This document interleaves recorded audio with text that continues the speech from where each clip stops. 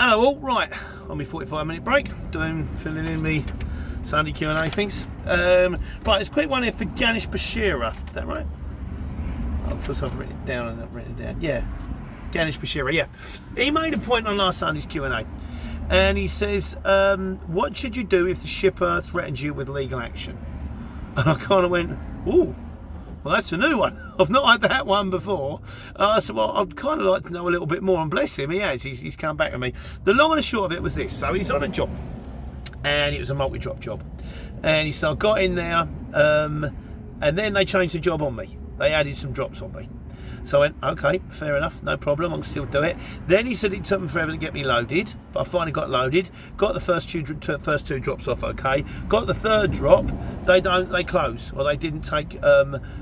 There was like booking slots, and they didn't take the time, or he missed the booking slot, and there was a lorry in front of him. The long and short of it is I did the best I could to get everything finished. Then I did as many as I could, and then I got back to the shipper, and they turned around and they went, right, okay, well, we're not going to pay you, or we're going to pay you some of the job, but not all of the job, because you didn't do all of the job. And so I tried to explain why I didn't do all of the job, and he said, he said the guy wasn't listening, so he did just pay me some of the job. So I left them negative feedback. Then they came back and threatened him with legal action for libel. That's the long and short of it is. Still a bit of a scary one. As for the legal action, we'll come to that in a bit.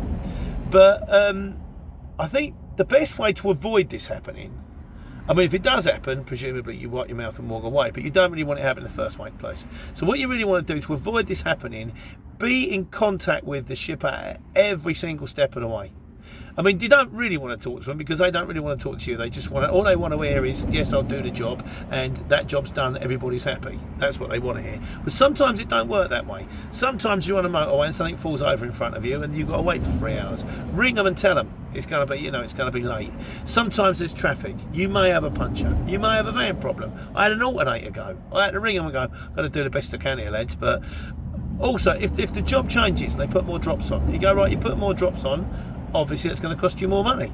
Or if they've given you a day rate, go, right, you put more drops on, I've got a day rate, my day rate is from this time to this time.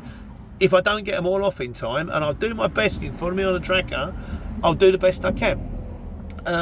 If you get into a place and they turn around and go, you can't come in until 4 o'clock, unless it says on your booking that comes through on the CX, deliver at 4 o'clock. And I've had that before, it does happen. With Lewis's in MK. I had one the other day, I got to Lewis's at 2:15. They didn't let me until 4 o'clock. They weren't nasty about it, they just said, we're busy. I went, okay, fine. It says 4, it says 4. If it says ASAP, you get there at 2 and they won't let you until 4, ring the shipper. I am here. You get 20 minutes free in a van. The second it goes past 20 minutes, you're going to have to pay waiting time. And get them to agree to it. And if they don't agree to it, then you can turn around and go, well, that's not the way it works, is it really? Or, well, in that case, I'll tell you what I'm going to have to do. I'm going to need to go home because, I've got to see my kids go to bed. So maybe you can send another van to get it off me. Ring the shipper. They're human beings. Talk to them every step of the way. If you talk to them every step of the way, they can't come back to you at the end and say this is no good.